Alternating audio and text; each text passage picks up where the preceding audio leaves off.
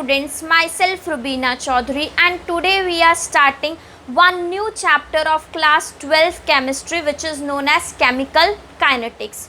Student, when we talk about this chapter is basically a numerical based chapter. That means there are various types of numericals which can be asked in your exams as well. There is no theory in this chapter, but there are certain laws as well. So अगर आप ऐसे student हो जो theory पढ़ना पसंद नहीं करते हो, जो लॉज पढ़ना या डेरिवेशंस करना ज़्यादा एंजॉय करते हो, तो केमिकल काइनेटिक्स आप ही लोगों के लिए है बेटा. यहाँ पे जो न्यूमेरिकल्स हैं वो न्यूमेरिकल्स बहुत ज़्यादा डिफ़िकल्ट नहीं है. द ओनली थिंग, अगर आपको लॉग कैलकुलेशन आता है, आपको आंसर्स बहुत ईजिली और बहुत आराम से बेटा यहाँ पे मिल जाते हैं. अब जब हम केमिकल काइनेटिक्स के बारे में बात कर रहे हैं, तो जब ये वर्ड काइनेटिक्स आता है ना, when ever a word come kinetics, तो काइनेटिक्स का मतलब क्या होता है अगर हम देखें, what does a word kinetics mean बेटा. तो काइनेटिक्स यहाँ पे जो है ये स्पीड के लिए है, मतलब कोई भी ऐसी चीज़ जो मूव करती है उसे हम बोलते हैं. तो यहाँ पे जो तुम्हारा काइनेटिक्स है, ये kinetics is nothing but it is for speed, और you can also call it as a rate. तो केमिकल काइनेटिक्स चैप्टर में हम ये देखने वाले हैं कि अगर कोई भी केमिकल रिएक्शन हो रहा है तो वो रिएक्शन कितने टाइम में होगा, what is a rate of a reaction. कोई रिएक्शन होता है तो इट्स फाइन, लेकिन उसके साथ साथ में वो कितनी देर में होता है, ये भी एक बहुत इम्पॉर्टेंट पैरामीटर होता है केमिकल रिएक्शंस में. सबसे पहले हम देख लेते हैं केमिकल रिएक्शंस करते वक्त हम कौन से पैरामीटर्स पे ध्यान देते हैं.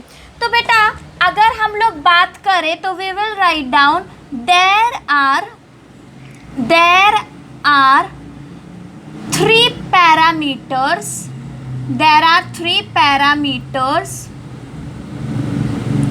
of chemical reaction. Chemical reaction के बच्चा 3 पैरामीटर्स होते हैं. Let us talk about them one by one. सबसे पहला और मोस्ट इम्पॉर्टेंट पैरामीटर जो एक केमिकल रिएक्शन का होता है वो होता है उसकी फिजिबिलिटी. तो बेटा जब मैं फिजिबिलिटी के बारे में बात कर रही हूँ, what does a feasibility means. अब देखो केमिकल रिएक्शन करते वक्त हम क्या करते हैं, हम 2 रिएक्टेंट ले लेते हैं एंड हम उस रिएक्टेंट से प्रोडक्ट की एक्सपेक्टेशन रखते हैं. बट क्या ऐसा होता है कि तुम कोई भी रिएक्टेंट ले लो और वो तुम्हें प्रोडक्ट फॉर श्योर देगा, वो आपस में रिएक्ट करेंगे या करेंगे? ऐसा नहीं है ना बेटा. तो फिजिबिलिटी जो है ये बताता है कि तुम्हारा रिएक्शन होगा कि नहीं होगा, करवाना पड़ेगा या खुद ब खुद हो जाए. तो feasibility is nothing but it is whether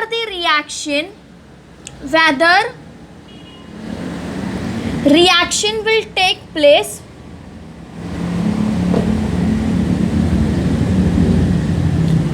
place और नॉट. रिएक्शन होगा खुद ब खुद या नहीं होगा. अब अगर हो रहा है रिएक्शन तो यह स्पॉन्टेनियस रिएक्शन है या नॉन स्पॉन्टेनियस रिएक्शन है. जैसे कि हमने केमिकल थर्मोडायनामिक्स में देखा था स्पॉन्टेनिटी के बारे में, जहाँ पे हम एंट्रोपी के टर्म्स में डिसाइड करते हैं whether my reaction will take place और it will not take place.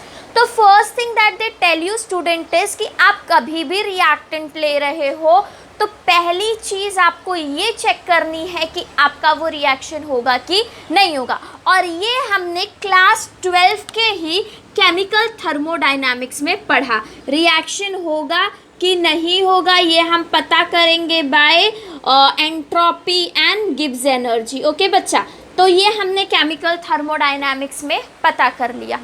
अब मान लो आपने रिएक्टेंट लिया A+B और वो आपको जाके आगे प्रोडक्ट दे रहे हैं C. फाइन, मतलब my reaction is taking place. तो as a chemist now your second concern is position of equilibrium कब ऑब्टेन होगा. जो आपका सेकेंड कंसर्न है, जो आपका सेकेंड पैरामीटर है एक केमिकल इक्विलिब्रियम, एक केमिकल रिएक्शन को करने के लिए, वो है पोजीशन ऑफ इक्विलिब्रियम, मतलब आपने ये देख लिया कि मैंने ये दो रिएक्टेंट लिए और वो दोनों रिएक्टेंट क्या हो रहे हैं, आपस में रिएक्ट कर रहे हैं। तो रिएक्ट करने के बाद, क्योंकि ये रिएक्ट कर रहे हैं, तो अब मैं ये देखूंगी कि अच्छा चलो रिएक्ट तो कर रहे हैं, लेकिन पोजीशन ऑफ इक्विलिब्रियम कब मिलेगा। पोजीशन ऑफ इक्विलिब्रियम ये आपने क्लास 11 के केमिकल इक्विलिब्रियम में पढ़ा है। इसके बारे में हमने पढ़ा है केमिकल इक्विलिब्रियम में, जहाँ पे हम बोलते हैं जब rate of forward reaction equal हो जाता है रेट ऑफ बैकवर्ड रिएक्शन के, तो पोजीशन ऑफ इक्विलिब्रियम हमें मिल जाता है। राइट स्टूडेंट्स, बहुत इंपॉर्टेंट चैप्टर था क्लास 11 का। अब मैंने एक रिएक्टेंट लिया और मैंने ये चेक कर लिया कि वो रिएक्टेंट आगे जाके मुझे प्रोडक्ट दे रहा है, पोजीशन ऑफ इक्विलिब्रियम भी मिलेगा। बट बच्चा तुम याद करो, केमिकल थर्मोडायनामिक्स में हमने बोला था वो रेट की बात नहीं कर रहा है, मतलब एक रिएक्शन हो रहा है, बात ख़त्म। बट बेटा क्या ये रियल लाइफ में चलेगा कि मैं कोई भी रिएक्टेंट ले लूँ, वो रिएक्ट कर रहा है लेकिन रिएक्ट करके मुझे 20 साल बाद प्रोडक्ट दे रहा है, तो क्या 20 साल बाद वो मेरे लिए प्रोडक्ट इम्पॉर्टेंट रह जाएगा? क्या उसकी कोई इम्पोर्टेंस रह जाएगी? नहीं रह जाएगी ना बेटा। तो यहाँ पे जो तुम्हारा चैप्टर है वो तुमको ये बताएगा कि अगर तुमने ये दो रिएक्टेंट लिया है तो ये दो रिएक्टेंट आगे जाके तुमको कितने टाइम में प्रोडक्ट दे सकते हैं, which is very important for us to know कि मुझे प्रोडक्ट कितने टाइम में मिलेगा। ठीक है बेटा। तो जो तुम्हारा केमिकल काइनेटिक्स बात करता है किसी भी केमिकल रिएक्शन का, जो तीसरा पैरामीटर होता है वो पैरामीटर होता है rate of chemical reaction. Rate of chemical reaction, chemical reaction कितनी देर में होगा, कितना टाइम लगेगा होने में, उसके बारे में बात करता है।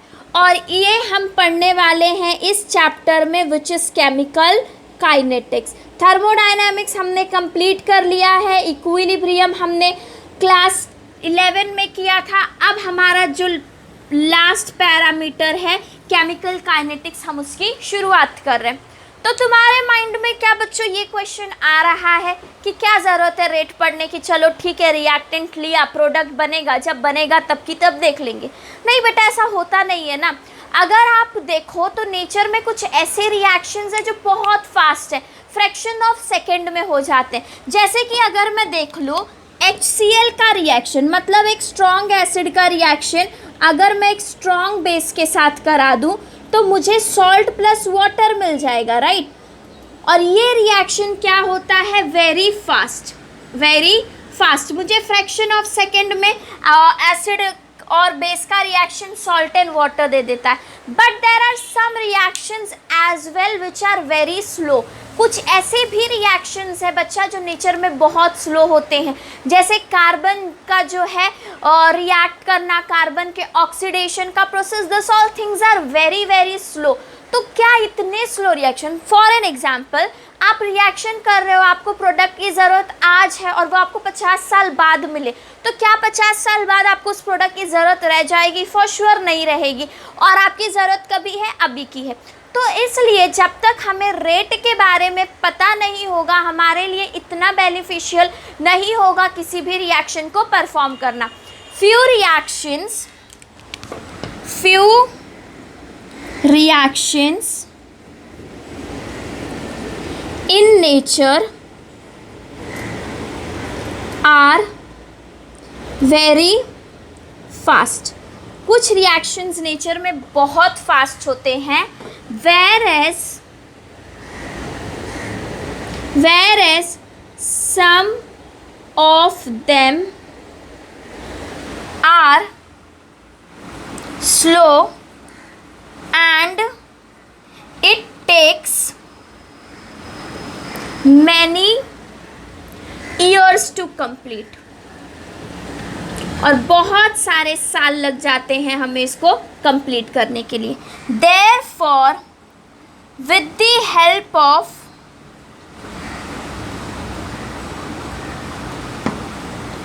rate of reaction we will know in what time your chemical reaction is completed। और अब रेट ऑफ रिएक्शन की मदद से बेटा आप पता लगा सकते हो कि आपका रिएक्शन कितने टाइम में क्या हो जाएगा, कंप्लीट हो जाएगा। राइट स्टूडेंट्स, तो अब इसके बाद हमें बात करनी है रेट ऑफ रिएक्शन होता क्या है। What is rate of reaction, या रेट ऑफ रिएक्शन को लिखना कैसे है, या लेट अस सी। तो सबसे पहले हम लोग बात कर लेते हैं rate of reaction. Rate of reaction नाम से ही तुमको बहुत इजीली पता लग रहा होगा, रिएक्शन होने में जो टाइम लगता है उसी को हम क्या बोलते हैं, रेट ऑफ अ रिएक्शन। अगर मैं कोई चीज़ फॉर एन एग्जाम्पल, अगर आप मैगी बना रहे हो, उसका टाइम 2 मिनट लग रहा है, तो वो उसका रेट ऑफ रिएक्शन का टाइम हो गया।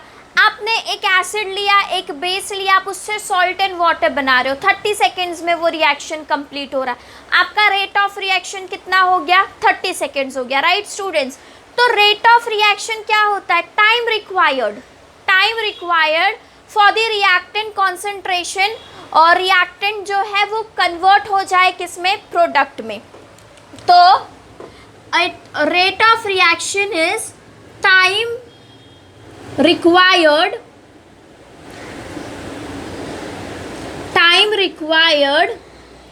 for reactant concentration to convert into product,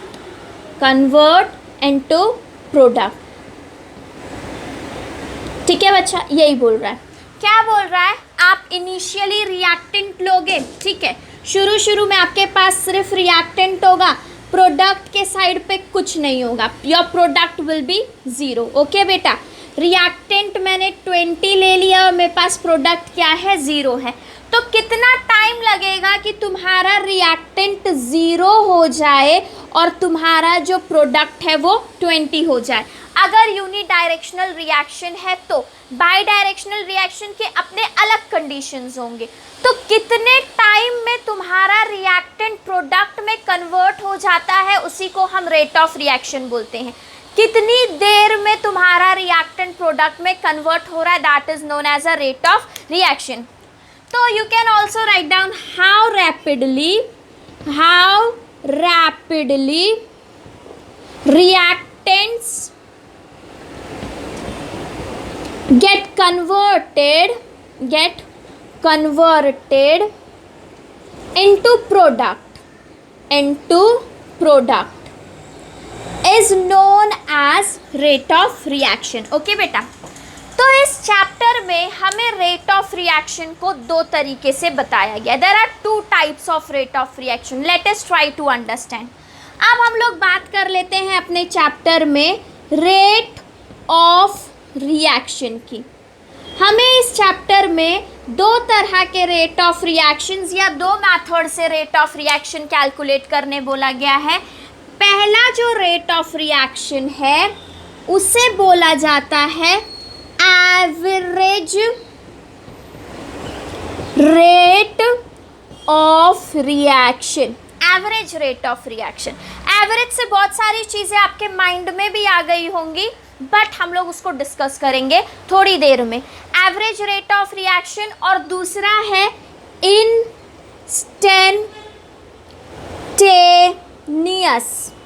instantaneous rate of reaction. बेटा, in this chapter we are suppose to study about 2 types of rate of reaction. First one is known as a average rate of reaction and the second one is known as a instantaneous rate of reaction। Okay बेटा, तो यहाँ पे हम लोगों ने अपना part देख लिया है। सबसे पहले हमने डेफिनेशन देखा है रेट ऑफ रिएक्शन क्या होता है। तो रिएक्टेंट कितनी देर में प्रोडक्ट में कन्वर्ट हो जाता है, उसी को हम क्या बोलते हैं, रेट ऑफ रिएक्शन बोलते हैं। 2 तरह के रेट ऑफ रिएक्शन है, एक एवरेज रेट है और एक इंस्टेंटेनियस रेट है। बेटा, इस चैप्टर्स में न्यूमेरिकल्स को साथ साथ में लेके चलना ही पड़ेगा। मतलब you can not skip numericals. यहाँ से तुम्हारे बोर्ड एग्जाम्स में जो 3 मार्क्स के न्यूमेरिकल्स होते हैं काइनेटिक्स में से आता है, because there is no much theory which they can ask you, इधर they can ask you a derivation और they can ask you a numerical.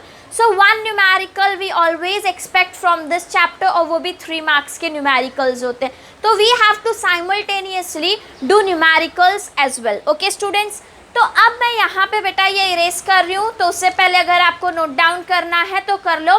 फिर हम आगे जाके लेक्चर में average rate of a reaction को समझते हैं और instantaneous rate of a reaction को समझते हैं 1 by 1। आई होप स्टूडेंट आपने नोट डाउन कर लिया होगा।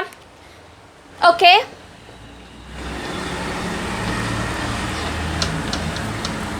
So under the topic of a rate of reaction, rate of reaction के टॉपिक के अंदर बेटा अभी हम पढ़ने वाले हैं average rate of reaction.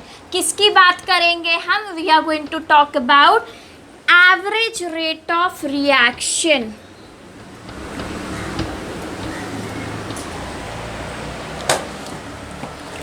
Now our first type is average rate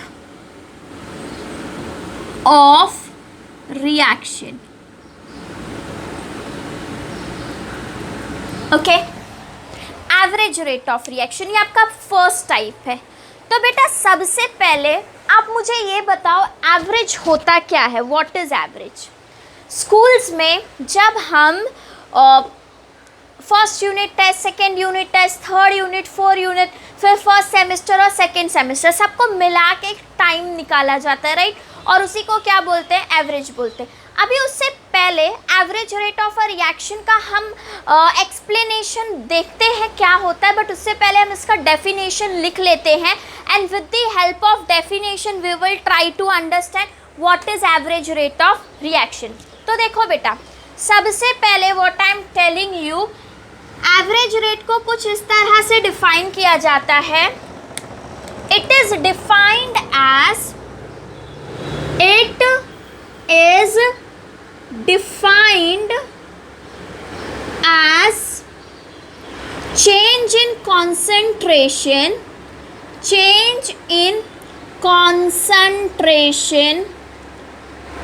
of species, change in concentration of species। यहाँ पे जो species है it is standing for both, या तो रिएक्टेंट के टर्म्स में भी लिख सकते हो, इट कैन बी रिएक्टेंट और it can be product. Change in concentration of species upon change in time interval, change in time interval. ये तुम्हारे पास डेफिनेशन है किसका? Average rate of a reaction का। कितना कॉन्सेंट्रेशन चेंज हुआ कितनी देर में, समझ के चलो बेटा। तुम्हारे पास एक रिएक्टेंट था A+B और वो आगे जाके तुमको प्रोडक्ट दे रहा था। मेरे पास 10 रिएक्टेंट और 100 मोल्स ऑफ रिएक्टेंट थे, तो 2 मिनट के बाद after 2 minutes here are only 50 reactant और 50 किधर चले गए? प्रोडक्ट की तरफ चले गए। तो कितना कॉन्सेंट्रेशन चेंज हुआ बच्चा? कॉन्सेंट्रेशन चेंज हुआ कितना? 50 का। कितनी देर में? 2 मिनट में। और तुम इससे क्या बोल सकते हो? 1 मिनट में कितना चेंज हुआ? 25 कॉन्सेंट्रेशन चेंज हो रहा है। यही कितने देर में कितना कॉन्सेंट्रेशन चेंज हो रहा है, उसी को हम क्या बोलते हैं? Change in concentration upon change in time. कितने टाइम में कितना कॉन्सेंट्रेशन रिएक्टेंट से प्रोडक्ट की तरफ जा रहा है, राइट बच्चा? ये हमारे पास हो गया एवरेज रेट ऑफ रिएक्शन। तो हम इसको फॉर्मूले के थ्रू ऐसे लिख सकते हैं, average rate of reaction, average rate of reaction is equals to change in concentration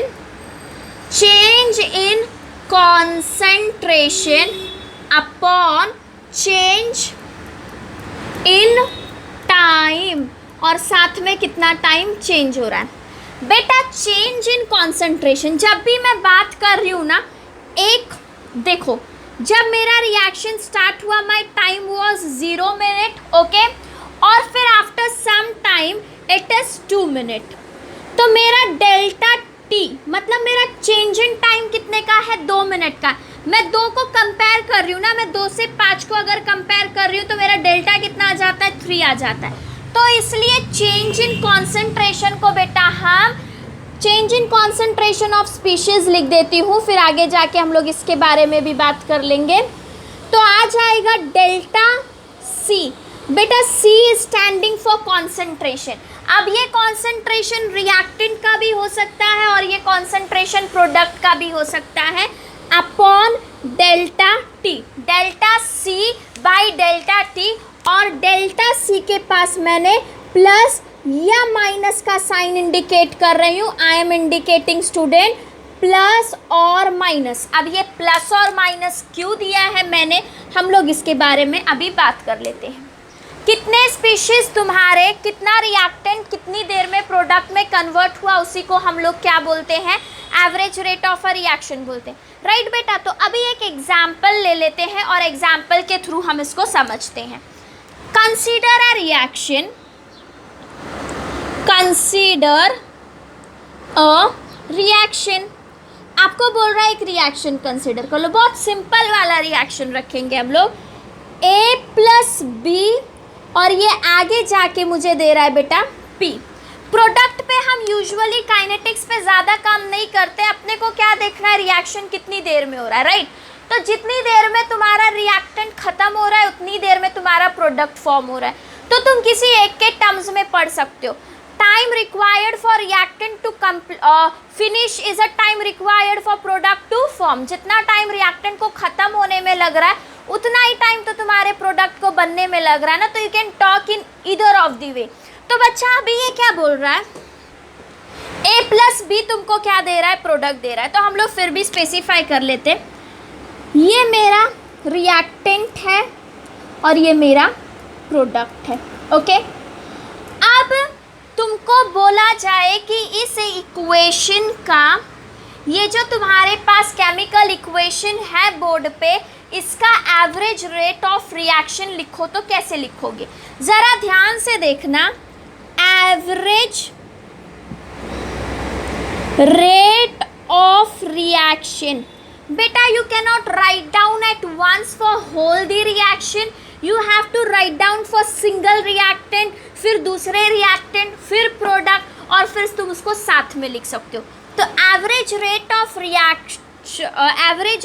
reaction of reactant A, of reactant A, average rate of reaction of reactant A, reactant A का average rate of reaction कितना होगा, ये लिखने के लिए बेटा क्या बोला था, डेल्टा।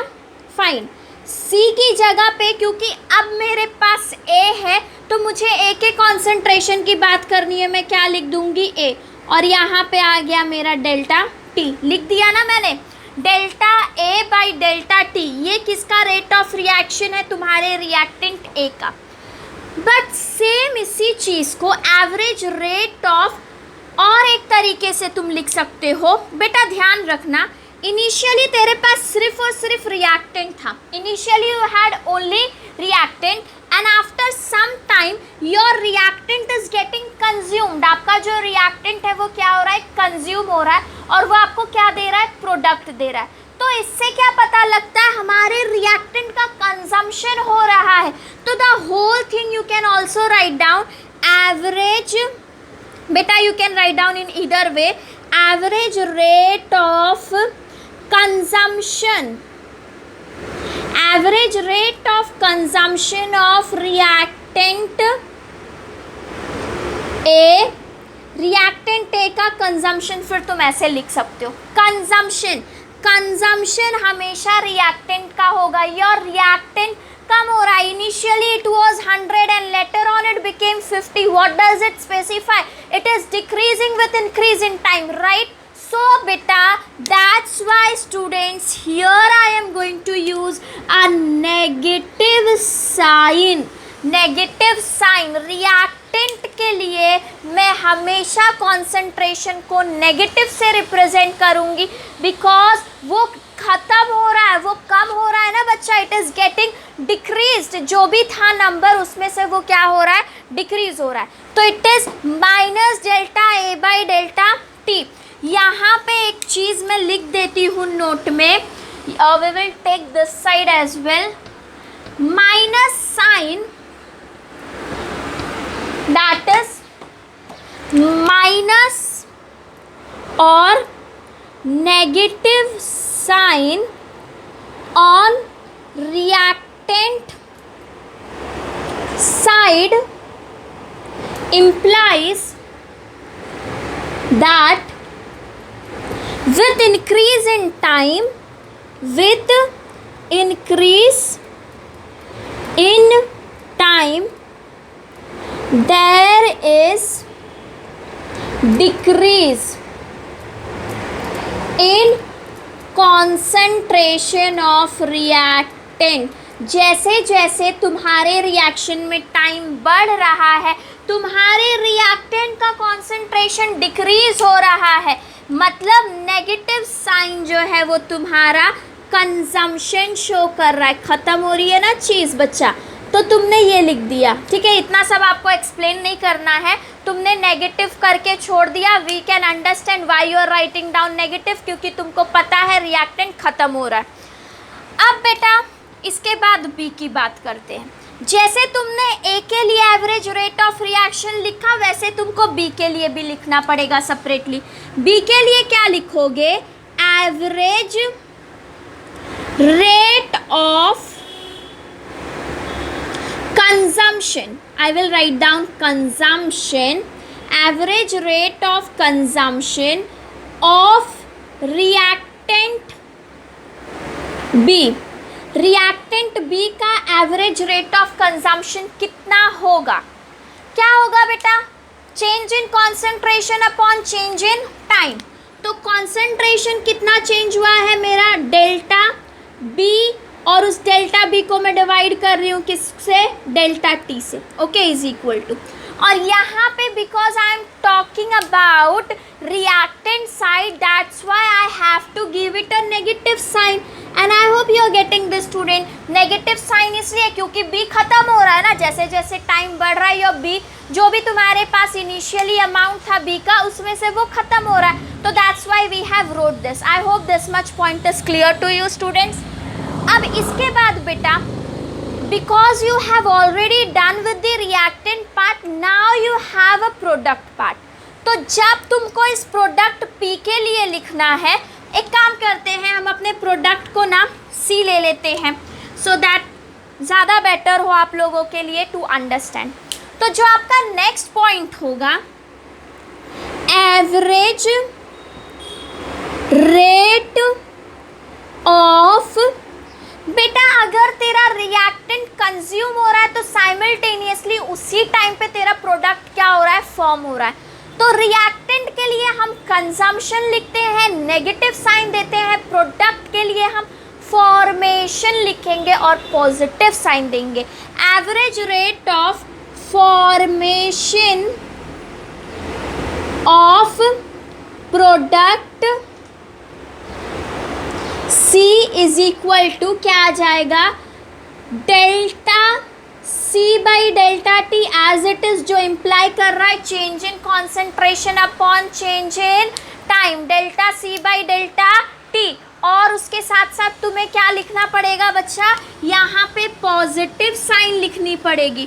तो स्टूडेंट हम फिर से लिख देते हैं, पॉजिटिव प्लस और positive sign implies that concentration of product increase with increase in time। जैसे जैसे आपका टाइम बढ़ रहा है, आपका concentration भी प्रोडक्ट का क्या हो रहा है, इंक्रीज हो रहा है। This is what we have seen so far. अब तुमने रिएक्टेंट ए के लिए भी लिख दिया, रिएक्टेंट बी के लिए भी लिख दिया, तुमने प्रोडक्ट सी के लिए भी लिख दिया। सबको इंडिविजुअली लिखने के बाद बेटा you have to write down all together, ठीक है। मुझे पूरे रिएक्शन का rate of average rate of reaction लिखना है ना, तो how we are going to write down, let us see. अब तुम क्या करोगे, you will write down here, listen बच्चा, you will write down average rate of reaction is equal to, जिस ऑर्डर में तुमने यहाँ पे लिखा है, पहले रिएक्टेंट ए का, फिर रिएक्टेंट बी का और फिर रिएक्टेंट सी का, बिल्कुल वही ऑर्डर तुमको यहाँ पे भी फॉलो करना है। Let us see, average rate of reaction will be, सबसे सिर्फ इतना ही पार्ट लिखना पड़ेगा, ए के लिए हो जाएगा minus delta A by delta T. जैसे ही आपकी टीचर यहाँ पे माइनस देखेगी, she will understand that this is your reactant, is equal to, अब बी के लिए लिख दो minus delta B by delta T and is equal to last में plus delta C by delta T. आ गया बेटा, तो ये आ गया तुम्हारा total average rate of reaction. इसी तरह से हम किसी भी केमिकल रिएक्शन के लिए एवरेज रेट ऑफ रिएक्शन को लिख सकते हैं। अब इसके बेसिस पे they can ask you a numerical, तो what will they do in numerical is simply student, वो कॉन्सेंट्रेशन की जगह पे एक वैल्यू दे देंगे, लाइक 0.5 मोलार कॉन्सेंट्रेशन है, वो टाइम की जगह पे टाइम दे देंगे 5 सेकेंड्स का टाइम, तो आपको सिर्फ इस इक्वेशन में वो वैल्यूज़ को सब्सटीट्यूट कर देना and it is again very simple. Okay बेटा, बट अभी हम लोग since we have taken only one example, we are going to take more examples as well, so that if you have any doubt तो वो doubt भी आपके mind से clear हो जाए। And there is again one case जहाँ पे हमने स्टाइकोमेट्रिक कोएफिशिएंट की बात नहीं करी है ना अभी तक, कि अगर स्टिकोमेट्रिक कोएफिशिएंट आ जाता है तो what will be the scenario. So now we will be discussing in terms of stoichiometric coefficient as well, कि अगर कभी मान लो 2a हो गया तो क्या करेंगे। ओके स्टूडेंट्स, तो मीनवाइल आप तब तक इसको नोट डाउन कर लो and then we will start with another example of average rate of reaction.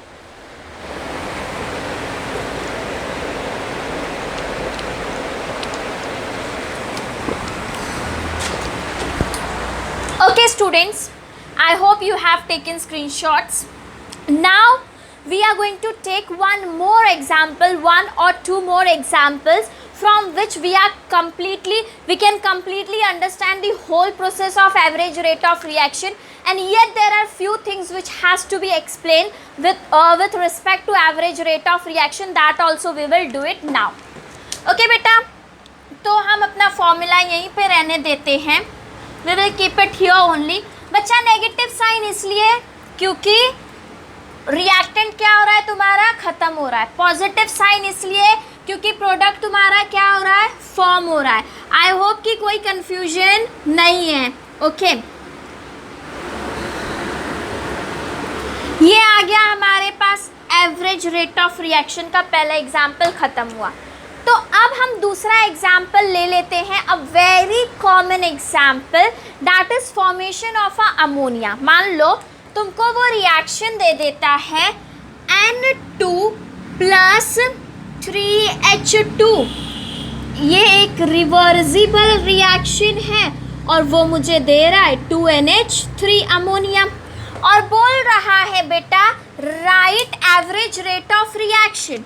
तुमको इसी रिएक्शन का वो average rate of a reaction लिखने बोल रहा है। बेटा देख रहे हो क्या दिया है उसने, फॉर्मेशन ऑफ अमोनिया का इक्वेशन दिया है जो हम बहुत ज़्यादा ऑलरेडी फेमिलियर है इस इक्वेशन से, और उसका वो तुमको average rate of a reaction निकालने बोल रहा है। It is very simple.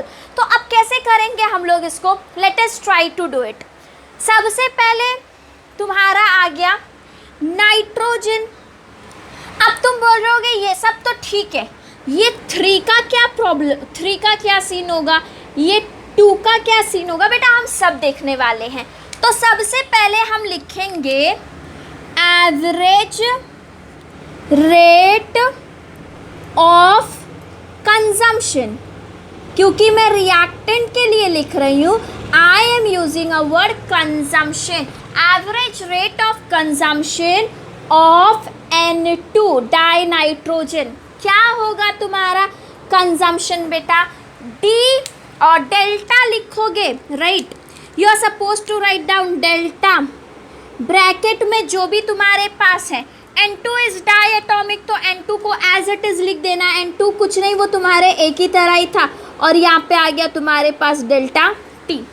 Okay, इतना पॉइंट लिख दिया। अब तुमको समझ रहा है कि ये किसकी तरफ है, क्योंकि ये रिएक्टेंट की तरफ है, मैंने इसको नेगेटिव साइन भी दे दिया, ठीक है। तो मैं यहाँ पे अपना नेगेटिव साइन भी डाल देती हूँ। अब मुझे बार बार बताने की ज़रूरत नहीं है बेटा, आई होप अभी आप लोगों को खुद समझ रहा होगा कि नेगेटिव साइन जो यहाँ पे है वो नेगेटिव साइन हमें किसके बारे में बता रहा है, कंजम्पशन के बारे में बता रहा है बच्चों। अब next thing what we are going to do is we are going to write down it for 3H2O। बेटा 3H2O से लिखने से पहले देखो, H2 तो तुम लोगों को समझ में आ गया होगा कैसे लिखते। अब ये 3 का क्या सीन है ना, वो देखते हैं। तो सबसे पहले H2 का लिखो ना, H2 का लिखोगे तो आएगा average rate of consumption, average rate of consumption of H2। H2 का लिख रही हूँ, 3H2 का देखते हैं क्या सीन है, ठीक है। तो इट विल बी, ये तुमको आता है इसलिए पहले इसको ही लिखते हैं, minus delta H2 by delta T। अगर मान के चलो बेटा एक H2 बनने में 2 मिनट लग रहा है, तो 3 बनने में कितना लगेगा, 3 2 6। तुमने क्या किया, तुमने टाइम से मल्टीप्लाई कर दिया। तो तुम यहाँ पे भी क्या करोगे बेटा, अगर तुमको 3 मिल गया तो जो तुम्हारा 3 है वो तुम्हारे टाइम के साथ मल्टीप्लाई हो जाएगा, and it will be 1/3 d/H2 upon d/dt। Your 3 is getting multiplied with respect to time. अगर वो तुमको एक डाईहाइड्रोजन की वैल्यू बता रहा है तो 3 का कितना होगा, यू विल सिंपली मल्टीप्लाइड। जैसे cost of 1 pencil is 5 rupees, then cost of 3 pencil, तो तुम क्या करोगे, प्राइस से मल्टीप्लाई कर दोगे। अभी टाइम की बात कर रहा है तो टाइम से मल्टीप्लाई कर दोगे। इस तरह से तुमने अपना एवरेज रेट ऑफ रिएक्शन को निकाला। अब ये तो मैंने रिएक्टेंट के टर्म में निकाला, जो भी स्टाइकोमेट्रिक कोएफिशिएंट होता है वो 1 उस नंबर को टाइम के साथ मल्टीप्लाई कर देते, जैसे अमोनिया के लिए अब करते हैं। Average rate of formation of, average rate of formation of 2NH3, 2 ammonia के लिए क्या होगा, क्योंकि प्रोडक्ट है प्लस, नॉर्मली लिखते तुम delta NH3 by delta T। क्योंकि तुम्हारे पास 2 आ गया है, तुम इसको लिख दोगे 1/2, और ये हो गया तुम्हारा 2NH3 के लिए केमिकल रिएक्शन। देख लो बेटा हमने क्या किया है, हमने सिर्फ जो हमारा स्टाइकोमेट्रिक कोएफिशिएंट था, हमने उस स्टाइकोमेट्रिक कोएफिशिएंट को मल्टीप्लाई कर दिया है टाइम से, बिकॉज अगर एक के लिए इतना तो 2 के लिए उसके टाइम से मल्टीप्लाई कर दो। That's all, that's what we are doing students. हो गया। अब इस रिएक्शन का हमें पूरा लिखना है, तो we will write down average rate of reaction. Average rate of reaction क्या बताएगा, ओके पूरे रिएक्शन का लिखना है, पहले अमोनिया के लिए, फिर इसके लिए और फिर इसके लिए, 1 by 1 लिख दोगे। माइनस dN2/dt, ये उसका हो गया। फिर तुम्हारे पास आया इक्वल करके ये लिख दोगे, -1/3 d of H delta of H2 upon delta T and is equal two plus क्या आ जाएगा 1/2, यहाँ पे आ गया तुम्हारा डेल्टा NH3 और वो किससे डिवाइड हो जाएगा, डेल्टा T से डिवाइड हो जाएगा। बेटा इस तरह से तुमने अपना इक्वेशन कंप्लीट कर लिया है। अब तुम इसको ये मेरा हो गया एवरेज रेट ऑफ रिएक्शन, किसके लिए, अमोनिया के फॉर्मेशन के लिए। अब आगे अगर किसी भी रिएक्शन के लिए देता है, जैसे मैं सिंपली देखती हूँ H+Cl मुझे H2 I will take Cl2 2H will give me 2HCl। अगर मुझे इसका लिखना है ना बच्चा, तो क्या आ जाएगा, delta H upon delta T 1/2 minus, फिर आ जाएगा माइनस। इस तरह से आप लोग किसी भी रिएक्शन के लिए लिख सकते हो। आगे जाके हम न्यूमेरिकल्स में भी देखेंगे कि इसको कैसे फिर से लिखना है। I guess 2 examples are more than enough for you to understand.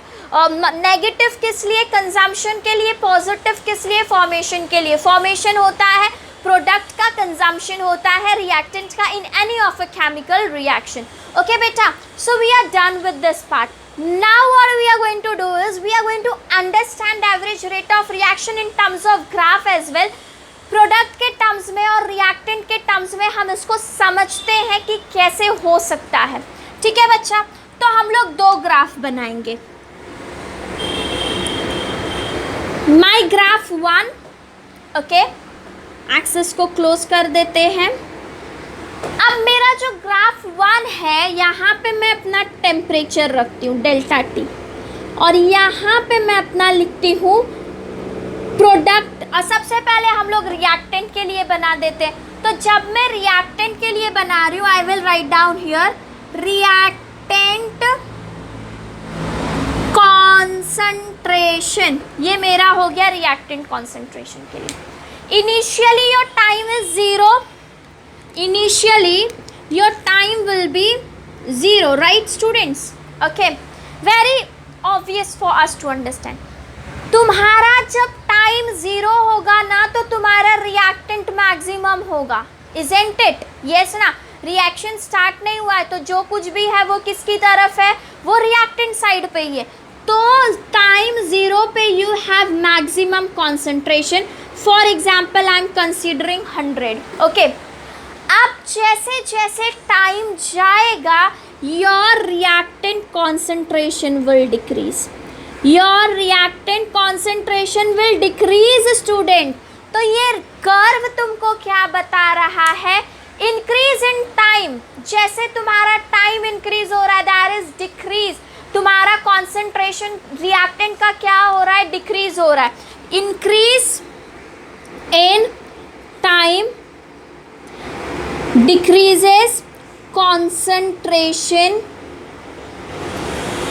of reactant।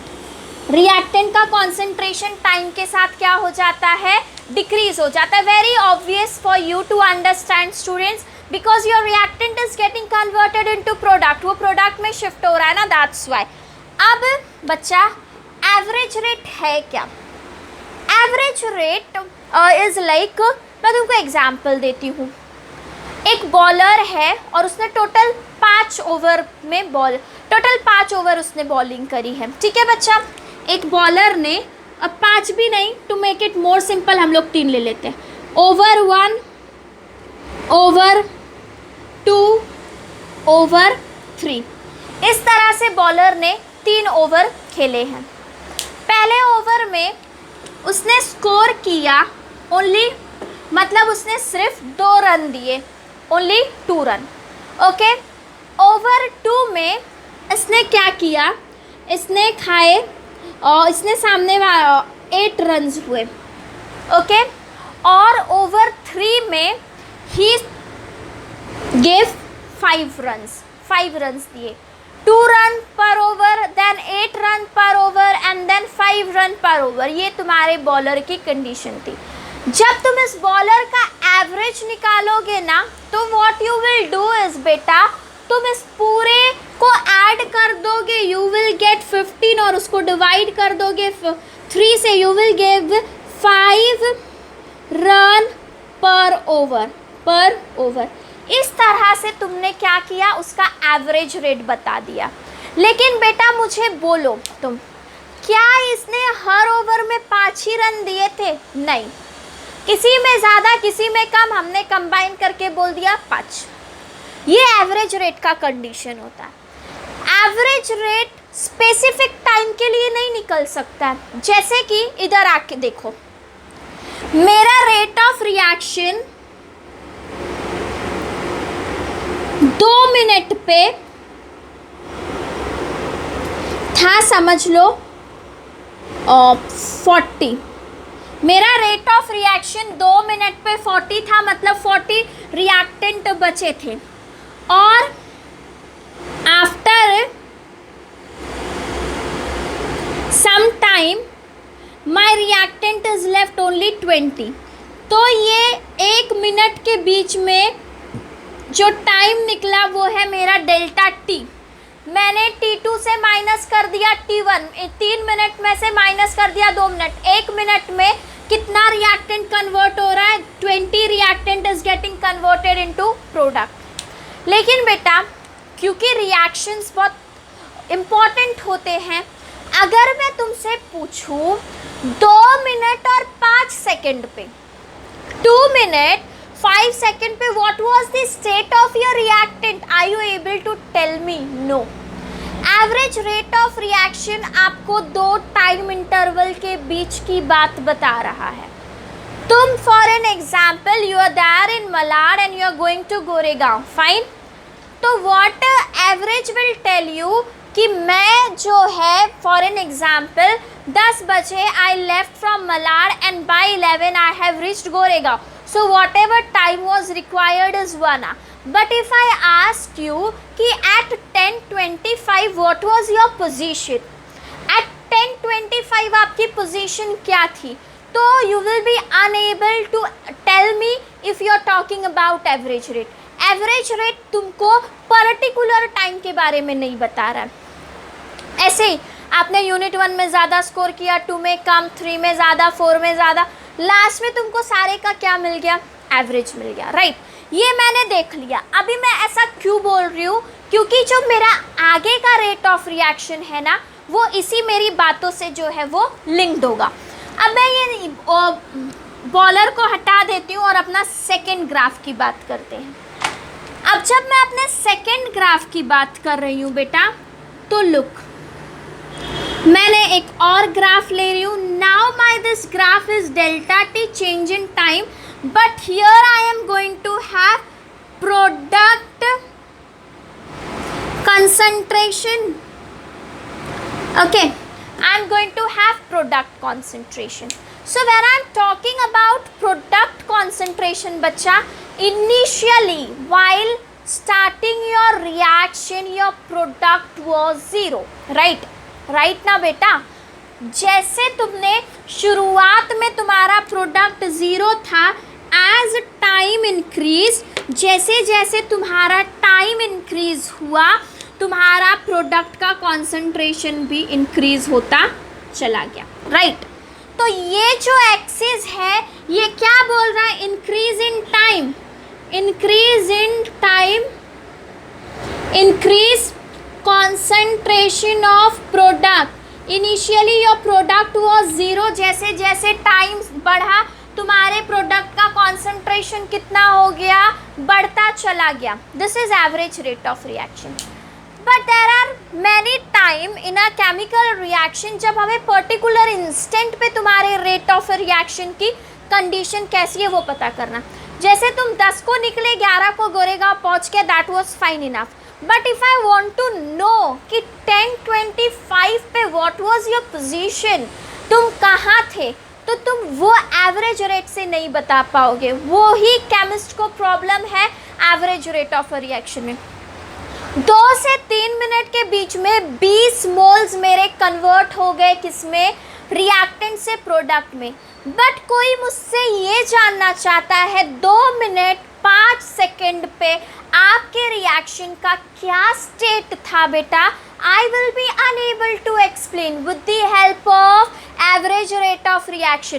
तो इस जो डिफ़िकल्टीज थी, जो प्रॉब्लम्स हमें एवरेज रेट ऑफ रिएक्शन में देखने को मिल रही थी, उसको ओवरकम करने के लिए हमारे पास एक दूसरा मेथड आया which is known as a instantaneous rate of reaction. बच्चा क्या बोलते हैं? instantaneous rate of reaction, which we are going to see now But before that, if you want to note down anything from board, please go ahead.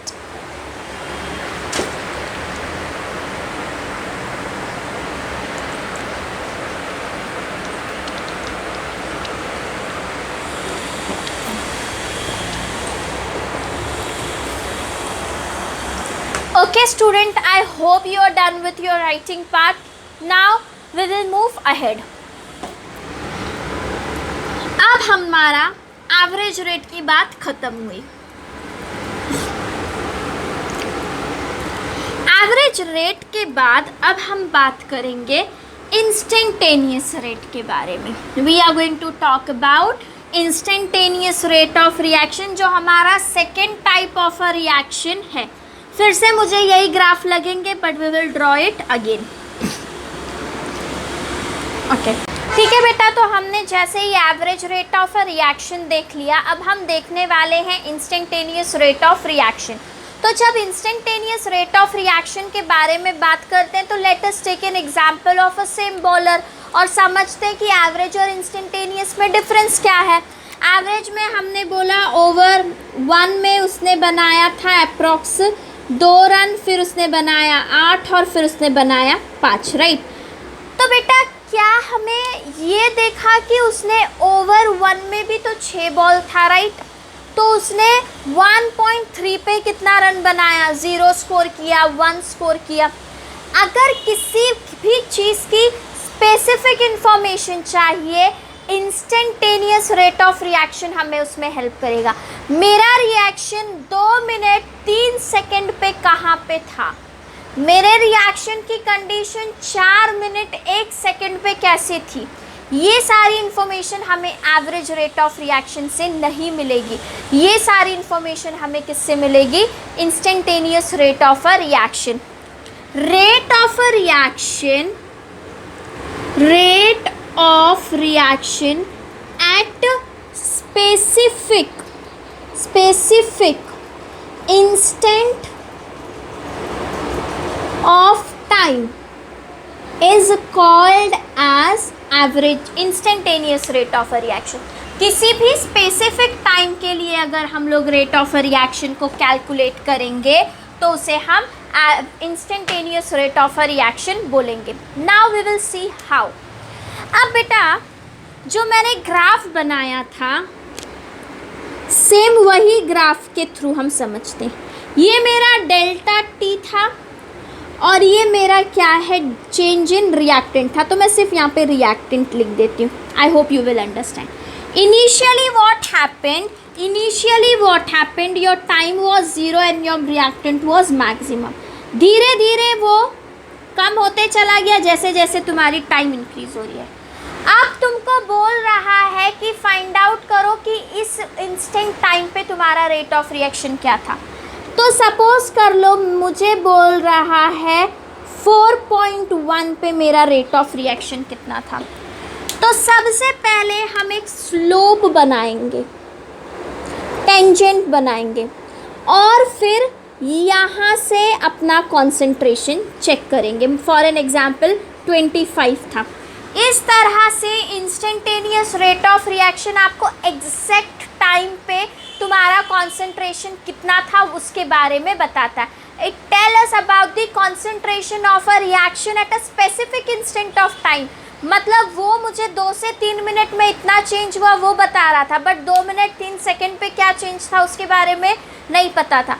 But जब हम instantaneous की बात करते हैं we can know about that as well. बेटा instantaneous और average में representation लगभग सेम है. There is one small change which you have to understand, that's all. Rest of everything is completely similar. देखो बेटा हमने एक एग्जाम्पल लिया था A+B और वो मुझे जाके दे रहा था प्रोडक्ट, राइट बेटा. अब अगर तुम्हें इसका एवरेज रेट निकालना है, आई होप आप सब लिख लोगे. तो क्या जैसे एवरेज निकाला था ना वैसे ही लिखो इंस्टेंटेनियस रेट ऑफ ए का. अभी भी तुम्हारा ए रिएक्टेंट है और अभी भी उसका कंजम्पशन हो रहा है. Instantaneous rate of consumption of A is equal to minus, क्योंकि वो कंज्यूम हो रहा है। बच्चा जब हम डेल्टा लिखते हैं तो delta shows a difference between two thing like d2 minus d1, t2 minus t1, but यहाँ पे मैं स्मॉल स्मॉल चेंजेस की बात करूँगी and that's why now my delta is replaced by dt। मैं जो है डेल्टा की जगह अब यूज़ करने लगूंगी d बाई dt और यहाँ पे ब्रैकेट में आ गया मेरे पास a। बस यही डिफरेंस है। Instead of writing down delta, delta shows a big change between two things, whereas d by dt will tell me about small changes which are occurring in my chemical reaction. Now when I move ahead, I will write down for same thing instantaneous rate of consumption of B is equal to minus d by dt of B। और यहाँ पे next मैं लिख देती हूँ instantaneous rate of formation, you can write down of product P या फिर directly product लिखो, things are same, plus d by dt और यहाँ पे आ जाएगा मेरे पास P। ये हो गया मेरा इंस्टेंटेनियस रेट ऑफ रिएक्शन हर एक के इंडिविजुअल टर्म में। आगे क्या करना है बेटा, आगे हम लोगों को इसका ऑल टुगेदर लिखना है, तो इसके लिए लिखेंगे instantaneous rate of reaction is equals to minus D by D T of A is equal to minus d by dt of B is equal to plus d by dt of P. The only thing here change has student, my delta has been replaced by dt. This is the only change you can see. Delta is used whenever we have to show big changes, whereas dt is used whenever we have to show small changes. Since here we are showing small changes, we are going to write down it as d by dt. अब मैं ammonia वाला भी example लेती हूँ, but I am not going to write down in whole thing because फिर वो बहुत लेंदी हो जाएगा। हम अपना टाइम बचाने के लिए और आपको समझ में भी आ जाए, इसलिए हम लोग सीधा इसको सिंपल फॉर्म में लिखते हैं H2 और वो मुझे जाके आगे दे देगा 2NH3। देखो बेटा इसका क्या आ जाएगा, मैं डायरेक्ट आंसर लिख रही हूँ इंस्टेंटेनियस रेट ऑफ रिएक्शन पूरे का, क्यों नाइट्रोजन के लिए हम लिख देंगे minus D by D T of N2। Right students, सबको समझ में आ गया है ना। यहाँ पे क्या करेंगे minus D by D T of N2 is equal to hydrogen के लिए जो ये 1/3 है एज इट इज़ माइनस के बाद, और यहाँ पे आ गया तुम्हारा डेल्टा को रिप्लेस कर दिया d बाई डी टी ने, यहाँ पे आ गया H2 और यहाँ पे आ गया तुम्हारे पास plus 1/2 d by D T of NH3। ये तुमने पूरा लिख दिया। इसको बिल्कुल वैसे ही लिखना, average rate of consumption of N2, average rate of formation of 3H2, average rate of consumption of 3H2, फिर formation of ammonia. Okay, but since it is very simple, there is no need to spend more time on this topic. Okay students, तो यहाँ पे तुम्हारा average rate हो गया। बच्चा ये specific instant पे कितना टाइम लगता है ना, उसके बारे में बताता है। अब हमने इसको कंप्लीट कर लिया है, तो आगे जाके हम न्यूमेरिकल्स का एक अलग सा सीरीज़ रखेंगे जिसमें हम numerical based on average rate, instantaneous rate, numerical based on rate law, और ये हमारा सीरीज़ में चलता रहेगा। पूरा चैप्टर का टॉपिक अलग से और न्यूमेरिकल उन टॉपिक के अलग से साथ साथ में आपको मिलते रहेंगे। ओके स्टूडेंट्स, तो आज हम लोगों ने केमिकल काइनेटिक्स स्टार्ट किया। ये chapter rate of a reaction के बारे में बताता है। हमने देखा रेट ऑफ रिएक्शन क्या होता है, कितनी देर में रिएक्टेंट कन्वर्ट हो जाता है प्रोडक्ट में, उसी को रेट ऑफ अ रिएक्शन बोलते हैं। फिर हमने दो तरह के रेट ऑफ अ रिएक्शन के बारे में बात करी, एक हमने average rate of a reaction के बारे में बात करी और दूसरा हमने instantaneous rate of a reaction के बारे में बात करी है। तो आज के लिए स्टूडेंट्स बस इतना ही। हम नेक्स्ट लेक्चर में रेट लॉ के बारे में बात करने वाले हैं और रेट लॉ के साथ साथ में we will be discussing order of a reaction. Both are very important topic. Okay बेटा. और एक चीज़ बिफोर एंडिंग मैं ये बोल दूँ, instantaneous rate of a reaction को हम, क्योंकि डी बाई डी टी के फॉर्म में लिखा ना, इसको डिफरेंशियल रेट ऑफ रिएक्शन भी बोला जाता है. बेटा ध्यान से सुनना, डी बाई डी टी के टर्म्स में है ना, डेरिवेटिव्स के टर्म में है, तो इसलिए इसको differentiation rate of a reaction भी बोला जाता है.